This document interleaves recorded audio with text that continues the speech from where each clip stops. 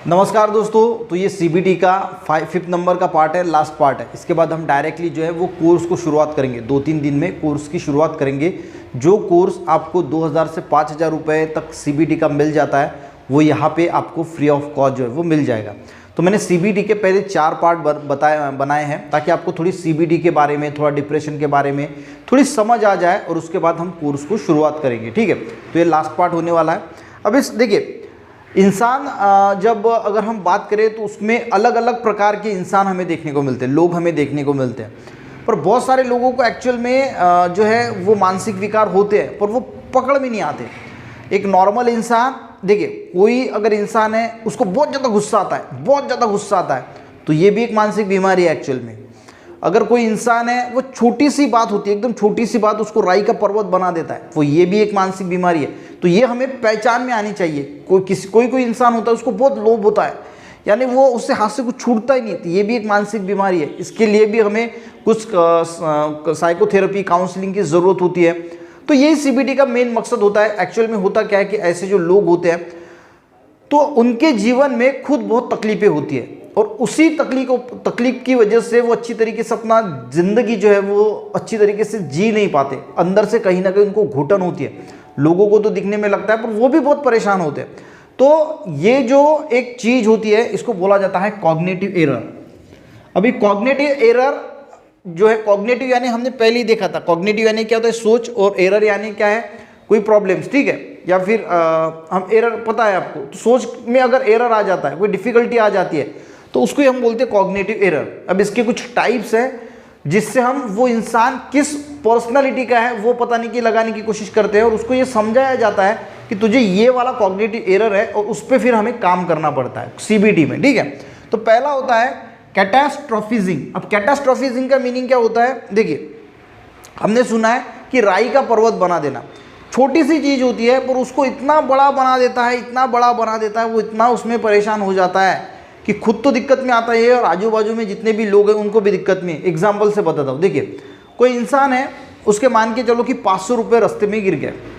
अब जैसे ही उसको पता चला कि यार 500 रुपये गिर गए, अब वो बहुत ज़्यादा परेशान हो जाएगा, यहाँ वहाँ ढूंढेगा। ठीक है, ये नॉर्मल है, पर पुलिस स्टेशन में जाएगा, कंप्लेंट करेगा कि अरे भाई, अब उसको लगेगा कि बस सब कुछ खत्म हो गया, मेरे 500 रुपये चले गए, यानी सब कुछ खत्म हो गया। इतना टेंशन में आ जाएगा, घर पे फ़ोन लगाएगा, बीबी को फ़ोन लगाएगा, पिताजी को फ़ोन लगाएगा, अपने भाई को फ़ोन लगाएगा, बच्चे तो बच्चों को फ़ोन लगाएगा, अरे मेरे 500 रुपये चले गए, अब मेरे को समझ में नहीं आ रहा कि मैं क्या करूँ, उसको कैसे, यानी वो इतना परेशान हो जाएगा। बात कितने रुपए की, 500 रुपये बहुत इंपॉर्टेंट होते पता है, पर यार ठीक है इतने भी इंपॉर्टेंट नहीं होती कि तुम्हारा सब कुछ चला गया। वो ऐसे बिहेव करेगा कि अब उसका सब कुछ चला गया, उसकी ज़िंदगी बर्बाद हो गई, सब कुछ खत्म हो गया। तो इस प्रकार के जो लोग होते हैं, इनका वो जो उनका कॉग्निटिव एरर आता है वो इस टाइप में आता है, जिसको हम कैटास्ट्रोफिजिंग बोलते हैं। या फिर मान के चलो कि एक बच्चा है, उसको बुखार आ गया, 100 डिग्री का बुखार है। अब माँ जो है वो इतनी परेशान हो जाएगी कि माँ को लगेगा कि अब ये बचेगा कि नहीं बचेगा। बुखार ज़्यादा नहीं है, 100 डिग्री का बुखार है और माँ इतनी परेशान होगी, सबको फ़ोन लगा रही कि यार ये बच्चा है, सबको, माँ बाप को फ़ोन लगा लिया, सास ससुर को फ़ोन लगा लिया, भाई को फ़ोन लगा लिया, हस्बैंड को फ़ोन लगा लिया, सबको जो रिलेटिव थे कि यार उसको इतना बुखार है। तो वो बात कितनी सी थी, बात थी छोटी सी। अब इसकी वजह से क्या होता है, आजू बाजू के लोग जो है वो भी परेशान हो जाते हैं और खुद इंसान भी परेशान हो जाता है। ठीक है, तो इस एरर को यानी ऐसे बिहेवियर को हम क्या बोलते हैं, कैटास्ट्रोफिजिंग। ठीक है, दूसरा प्रकार का होता है ऑल और नन। एक तो सबके सब पूरा कंप्लीट चाहिए या फिर कुछ भी नहीं। मान के चलो कि एग्जांपल से बताता हूँ ऑल और नन के बारे में। कोई एक बच्चे की 5 एग्जाम्स है और 4 एग्जाम में बच्चे ने ना बहुत टॉपर किया और 5वें एग्जाम में थोड़ा उससे कम हो गया, तो फिर वो बिल्कुल परेशान हो जाएगा और वो बोलेगा कि मैं 0 हो गया, अब मेरी यानी पढ़ाई करने का कोई मतलब ही नहीं बचा, यानी मैं क्या करूँ यार, मैंने 4 में टॉप किया, 5 में ऐसे क्या हो गया। अरे यार तूने 4 में टॉप किया है, ठीक है, एक बार हो जाता है कभी कभी, ऐसी कोई भी चीज़ है, कोई प्लेयर है वो यार 5 मैच में 4 मैच में अच्छा खेला, 1 मैच में नहीं खेला, तो ऐसा थोड़ी होता है। तो उसको सभी के इसमें अगर अच्छा हुआ तो उसको अच्छा फील होगा, अगर एक इसमें या कहीं पे भी अगर गड़बड़ हो जाती है, उसको पूरा का पूरा जो भी काम करेगा मान के चलो तो उसमें पूरा का पूरा वो अगर परफेक्ट होता है, सभी चीज़ें अगर उसके मन के मुताबिक होती है तो वो फिर अच्छा फील करेगा। एक इसमें कहीं भी गड़बड़ होगी तो डिप्रेशन में चला जाएगा या फिर डिप्रेस हो जाएगा, उसको लगेगा कि यार एक में हो गया तो अब मैं बर्बाद हो गया, अब मैं कुछ नहीं कर सकता, मेरी पढ़ाई बर्बाद हो गई, मैं पढ़ाई से अभी कुछ कर ही नहीं सकता, फिर से मैं पढ़ाई नहीं कर सकता, मैं वो पढ़ाई को छोड़ देगा।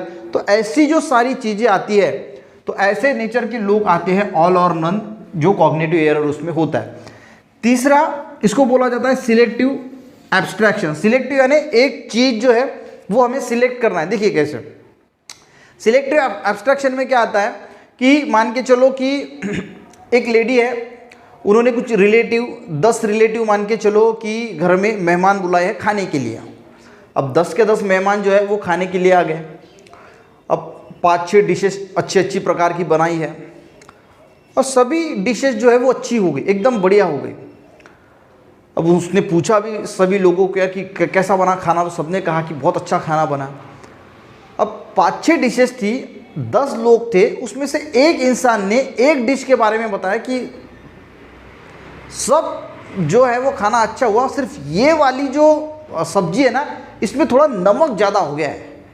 बस अब ये जो चीज़ है, एक चीज़ सिलेक्टिव एक चीज़ है वहाँ पे कि 10 लोगों में से एक इंसान ने उसमें से भी एक सब्जी के बारे में कहा कि इसमें सिर्फ नमक अच्छा हो गया, बाकी तो सब टकाटक है, बाकी सब बढ़िया हो गया। अब ये वाली जो चीज़ है कि एक तो वो एकदम परेशान हो जाएगी कि उसने ऐसे कैसे बोल दिया, यार मैंने इतना अच्छा खाना बनाया, उसने बोल दिया कि यार एक सब्जी में, तो वो बिल्कुल नर्वस हो जाएंगी, वो उनको परोसना भी बंद कर देगी, रूम में चली जाएंगी, रोएगी, उसको बहुत उसका मूड डिस्ट्रैक्ट हो जाएगा। वो बोलेगी कि नहीं ऐसा हुई, यानी इन्होंने ऐसा कैसे बोल दिया, यार मैंने इतनी मेहनत से इनको खाने भी बुलाया, इनको खाना बनाया ऐसा, तो वो बिल्कुल, अब उसकी वजह से जो मेहमान आए वो भी परेशान हो जाएगी कि ऐसा कैसे हो गया, हमने तो इतनी सी बात की, तो बात थी इतनी सी, तो पूरा जो वहाँ का एनवायरनमेंट है वो पूरा का पूरा खराब हो जाएगा। समझ रहे आप? तो इस प्रकार के एरर से, ये भी एक मानसिक बीमारी होती है एक्चुअल में, तो उसको उस पेशेंट को ये बताना पड़ता है कि भाई ये एक्चुअल में कॉग्निटिव एरर है, तो उसको जो है वो कैसे ठीक करना है, वही सीबीटी में जो है वो बताया जाता है। उसके बाद अगर मान के चलो कि चौथे नंबर का होता है पर्सनलाइजेशन। ये वाला पर्सनलाइजेशन का मीनिंग क्या होता है, ये कॉग्निटिव एरर कैसे होता है कि किसी भी चीज़ के लिए खुद को जिम्मेदार ठहराना। अब खुद को जिम्मेदार ठहराना मतलब देखिए, अगर मान के चलो कि हस्बैंड की जॉब चली जाती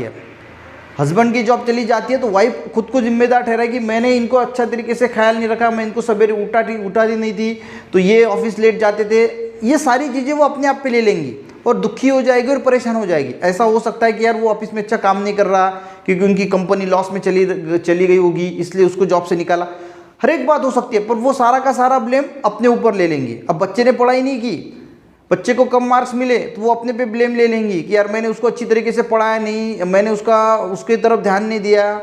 मान के चलो कि माँ बाप की तबीयत खराब हो जाती है, तो वो खुद को ब्लेम देंगी कि मैंने उनका ख्याल नहीं रखा, ऐसा हुआ वैसा हुआ। यानी कोई भी चीज़ होती है तो वो अपने आप पे ब्लेम लेंगे और अपने आप पे ब्लेम लेंगे, तो इससे क्या होता है, इंसान डिप्रेस हो जाता है, उसको जो है वो इमोशन उसके चेंज हो जाते हैं, फिजिकल, इमोशन, बिहेवियर, सारा का सारा जो चेंज होता है, तो ये आता है गाइस सारा कॉग्निटिव एरर में। तो ऐसी पर्सनैलिटीज़ को ये समझाना पड़ता है। देखिए ये कोई पागल लोग नहीं होते, ठीक है। लोग क्या समझते हैं कि अगर किसी को मानसिक बीमारी है तो वो पूरी तरीके से पागल ही है, पत्थर ही मार रहा ऐसा नहीं है।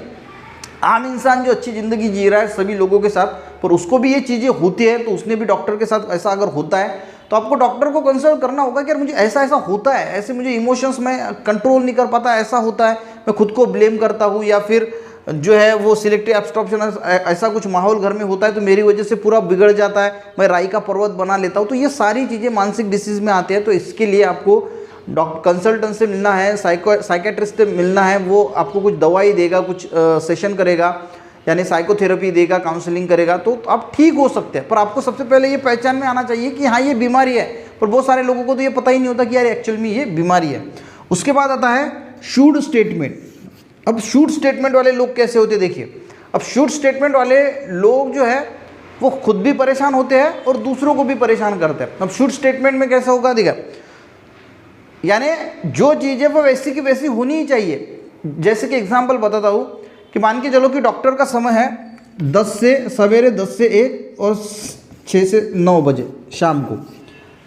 अब कोई पेशेंट आता है, मान के चलो कि 10 बजे आ जाता है और डॉक्टर आई नहीं, डॉक्टर आए 11:30 बजे। अब ये बहुत परेशान हो जाएगा, डॉक्टर पे चिल्लाएगा भी कि आपको आपने समय लिखा है 10 से 1 बजे तक और आप आ रहे हैं 11:30 बजे तक। वैसा हो सकता है कि डॉक्टर कोई ऑपरेशन कर रहा है, उसका कोई दूसरे इसमें वो बिजी होगा, उसलिए उसको, पर नहीं, ये बोलेगा कि आपने 10 का टाइम लिखा है ना, तो 10 बजे आना ही आना है।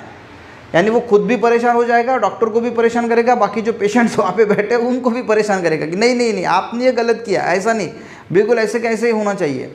मान के चलो कि उसने घर में एक रूल बनाया कि सवेरे 5 बजे जो है वो उठना है, सवेरे 5 बजे उठना है, तो घर के सारे लोग परेशान। 5 बजे ही उनको, मान के चलो कि रात को 2 बजे भी सो गए, सब कुछ घर में कुछ था, इवेंट था, कुछ था, 2 बजे सो गए, पर फिर भी वो 5 बजे सबको उठाएगा। अगर मान के चलो कि किसी दिन वो खुद नहीं उठ पाता 5 बजे, तो फिर वो बहुत परेशान हो जाएगा कि यार मैं आज 5 बजे उठ नहीं पाया, तो वो भी खुद परेशान और लोगों को भी परेशान करेगा। यानी जो चीज़ उसको लगता है कि नहीं नहीं ये ऐसा ही होना है, 10 बजे मुझे खाना खाने के लिए चाहिए और सब लोगों ने 10 बजे खाना खाना चाहिए, तो उसको 10 बजे लगेगा ही खाना। अगर 10 का 10:30 हो गया तो फिर वो घर वाले पे टूट पड़ेगा, घर वाले को भी परेशान करेगा, खुद भी परेशान होगा, यानी सारा। तो इसको बोला जाता है शूट स्टेटमेंट वाले लोग। यानी जो चीज़ उनको जो टाइम है, या फिर आपको समझ में आ गया होगा, तो ये भी एक मानसिक बीमारी है। इसके लिए मेडिसिन की भी ज़रूरत कभी कभी होती भी है, या फिर काउंसलिंग। उसको अगर समझ में आ गया कि यार ये मेरा ना कॉग्निटिव एरर है, मेरी सोच का एरर है, क्योंकि एक्चुअल में होता क्या है कि सोच में बदलाव हो जाता है इंसान के। सोच सही तरीके से वो सोच नहीं पाता, या सही ढंग से उसका सोचने का तरीका ही जो है वो बदल जाता है, और इसीलिए ये सारी मानसिक बीमारियाँ जो है वो क्रिएट होती है। और यही फिर CBT में इसको हमने कैसे हैंडल करना है, किस प्रकार से इसको ठीक करना है, ये पूरा का पूरा आपको सीखने को मिलेगा। आई होप आपको ये 5 पार्ट CBT के बारे में थोड़ा इंट्रोडक्शन बहुत अच्छा लगा होगा। नेक्स्ट इसमें हम फ्री ऑफ कॉस्ट में CBT का कोर्स जो है वो पढ़ाने वाले हैं, उसको ज़रूर देखना।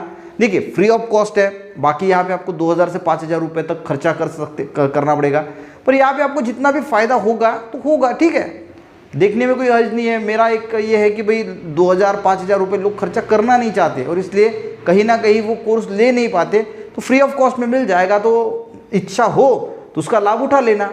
बाकी मिलते हैं उस कोर्स के साथ, 2-3 दिन के बाद वो कोर्स स्टार्ट हो जाएगा। वीडियो हेल्पफुल रहा, एक लाइक ज़रूर करना, दोस्तों को भी शेयर करना, चैनल पर नए ज़रूर सब्सक्राइब करना। मिलते हैं नेक्स्ट वीडियो में, तब तक के लिए जय हिंद।